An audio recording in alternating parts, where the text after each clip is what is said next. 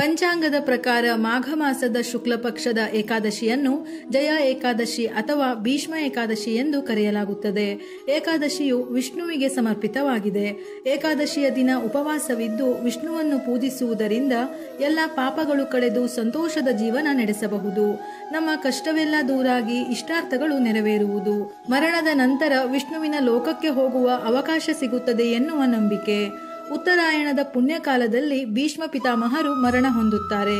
ಮರಣ ಹೊಂದುವ ಸಂದರ್ಭದಲ್ಲಿ ಅವರನ್ನು ಕಾಣಲು ಪಾಂಡವರು ಬರುತ್ತಾರೆ. ಆಗ ಭೀಷ್ಮಾಚಾರ್ಯರು ಆಧ್ಯಾತ್ಮಿಕ ಜ್ಞಾನದ ಬಗ್ಗೆ ಜಗತ್ತಿಗೆ ತಿಳಿಸಲು ವಿಷ್ಣುವಿನ 1000 ಹೆಸರುಗಳಿರುವ ವಿಷ್ಣು ಸಹಸ್ರನಾಮವನ್ನು, ಅದರ ಶ್ರೇಷ್ಠತೆ, ಪ್ರಯೋಜನ, ಉಪಯೋಗ ಪ್ರತಿಯೊಂದನ್ನು ಪಾಂಡವರಿಗೆ ಮೊದಲ ಬಾರಿ ಉಪದೇಶಿಸುತ್ತಾರೆ.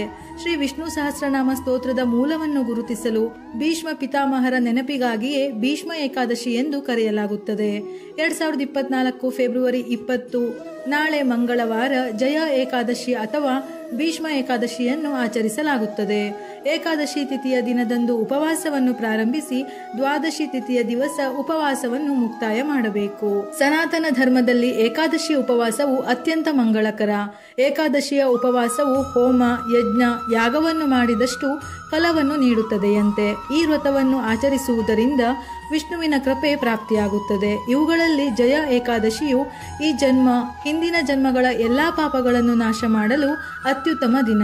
ಅಲ್ಲದೆ ಬ್ರಹ್ಮ ಹತ್ಯ, ರಾಕ್ಷಸ ಸ್ವಭಾವದಂತಹ ಘೋರ ಪಾಪಗಳನ್ನು ನಿವಾರಣೆ ಮಾಡುತ್ತದೆ.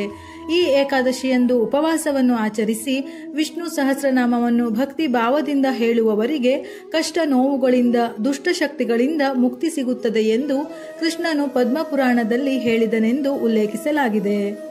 ಈ ದಿನ ಸ್ನಾನದ ನಂತರ ನೀರಿಗೆ ಸ್ವಲ್ಪ ಗಂಗಾಜಲ, ಎಳ್ಳು, ಕುಂಕುಮ, ಅಕ್ಷತೆಯನ್ನು ಸೇರಿಸಿ ಈ ನೀರನ್ನು ದೇವರ ಮನೆಗೆ ಸಿಂಪಡಿಸಿ ಶುದ್ಧ ಮಾಡಿದ ನಂತರ ದೇವರ ಪೂಜೆಯನ್ನು ಪ್ರಾರಂಭಿಸಬೇಕು. ವಿಷ್ಣುವಿನ ವಿಗ್ರಹವಿದ್ದರೆ ಒಳ್ಳೆಯದು. ಇಲ್ಲವೆಂದಾದರೆ ವಿಷ್ಣುವಿಗೆ ಸಂಬಂಧಪಟ್ಟಂತಹ ರಾಮ, ಕೃಷ್ಣ, ಶಿವ ಯಾವುದಾದರೂ ಫೋಟೋವನ್ನು ಇಟ್ಟು ಪೂಜೆ ಮಾಡಬಹುದು.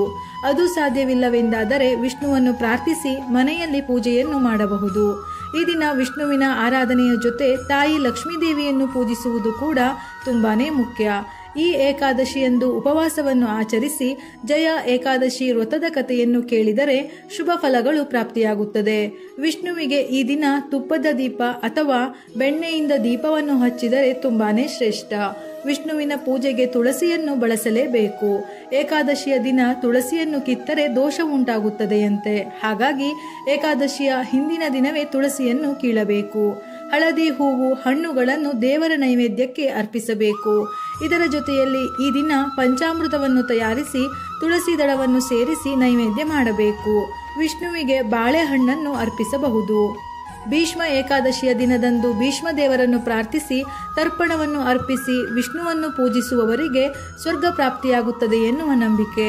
ಈ ದಿನ ಪೂಜೆಯ ನಂತರ ಅರಿಶಿನ, ಕುಂಕುಮ, ಬಾಳೆಹಣ್ಣನ್ನು ದಾನವಾಗಿ ನೀಡಿದರೆ ತುಂಬಾ ಒಳ್ಳೆಯದು. ಪೂಜೆಯ ನಂತರ ಗೋವಿಗೆ ಗೋಗ್ರಾಸದ ಜೊತೆ ಬಾಳೆಹಣ್ಣನ್ನು ನೀಡಿ. ಇದರಿಂದ ಏನಾದರೂ ಕಂಟಕವಿದ್ದರೆ ಪರಿಹಾರವಾಗುತ್ತದೆ. ತುಳಸಿ ಗಿಡಗಳನ್ನು ನೆಟ್ಟು ನೀರುಣಿಸುವುದು, ತುಳಸಿ ಗಿಡದ ಬಳಿ ದೀಪವನ್ನು ಬೆಳಗುವುದು ಶುಭದಾಯಕ. ಈ ದಿನ ಬಡವರಿಗೆ ಆಹಾರ ನೀಡಿ, ನಿರ್ಗತಿಕರಿಗೆ ನಿಮ್ಮಿಂದ ಆಗುವ ಸಹಾಯ ಮಾಡಿ. ನಾಳೆಯ ದಿನ ಆಲದ ಮರಕ್ಕೆ ನೀರನ್ನು ಅರ್ಪಿಸಿ ಪ್ರದಕ್ಷಿಣೆ ಹಾಕಿ ತುಪ್ಪದ ದೀಪ ಅಥವಾ ಸಾಸಿವೆ ಎಣ್ಣೆಯಿಂದ ದೀಪ ಬೆಳಗಿ. ಏಕೆಂದರೆ ಶ್ರೀ ವಿಷ್ಣು ಆಲದ ಮರದಲ್ಲಿ ನೆಲೆಸಿರುತ್ತಾನೆ ಎಂದು ಹೇಳುತ್ತಾರೆ. ಈ ದಿನ ವಿಷ್ಣು ಸಹಸ್ರನಾಮವನ್ನು ಪಠಿಸಲು ತುಂಬಾ ಮಂಗಳಕರವಾದ ದಿನ. ಹಾಗಾಗಿ ತಪ್ಪದೆ ವಿಷ್ಣು ಸಹಸ್ರನಾಮವನ್ನು ಪಠಿಸಿ. ಇಲ್ಲವೆಂದಾದರೆ ಓಂ ಹ್ರೀಂ ಶ್ರೀಂ ಲಕ್ಷ್ಮೀ ವಾಸುದೇವಾಯ ನಮಃ, ಓಂ ನಮೋ ಭಗವತೆ ವಾಸುದೇವಾಯ, ಓಂ ವಿಷ್ಣವೇ ನಮಃ ಇವುಗಳಲ್ಲಿ ಯಾವುದಾದರೂ ಮಂತ್ರವನ್ನು 21 ಬಾರಿ ಅಥವಾ 108 ಬಾರಿ ತಪ್ಪದೆ ಜಪಿಸಿ. ನಾಳೆಯ ದಿನ ಸಾಧ್ಯವಾದಷ್ಟು ವಿಷ್ಣುವಿನ ಆರಾಧನೆಯನ್ನು ಮಾಡಬೇಕು. ಇದರ ಜೊತೆಯಲ್ಲಿ ಒಮ್ಮೆಯಾದರೂ ವಿಷ್ಣು ಸಹಸ್ರನಾಮವನ್ನು ಪಠಿಸಿ. ಸಾಧ್ಯವಿಲ್ಲವೆಂದಾದರೆ ತಪ್ಪದೆ ವಿಷ್ಣು ಸಹಸ್ರನಾಮವನ್ನು ಕೇಳಿ. ಇದರಿಂದ ಪ್ರತಿಯೊಂದು ದೋಷಗಳು ಪರಿಹಾರವಾಗುತ್ತದೆ. ವಿಷ್ಣು ಸಮೇತ ಲಕ್ಷ್ಮಿಯ ಅನುಗ್ರಹದಿಂದ ಪ್ರತಿಯೊಂದು ಪಾಪಗಳು ನಾಶವಾಗಿ ಸುಖ, ಸಂತೋಷ, ನೆಮ್ಮದಿ ನೆಲೆಸುತ್ತದೆ. ವಿಡಿಯೋ ಇಷ್ಟ ಆಗಿದ್ದಲ್ಲಿ ಮರೆಯದೆ ಲೈಕ್ ಮಾಡಿ, ನಮ್ಮ ಚಾನಲ್ ಅನ್ನು ಸಬ್ಸ್ಕ್ರೈಬ್ ಮಾಡಿ. ಇದೇ ರೀತಿಯ ಮನಮುಟ್ಟುವ ಉಪಯುಕ್ತ ಮಾಹಿತಿಗಳಿಗಾಗಿ ಮತ್ತೆ ಭೇಟಿಯಾಗೋಣ.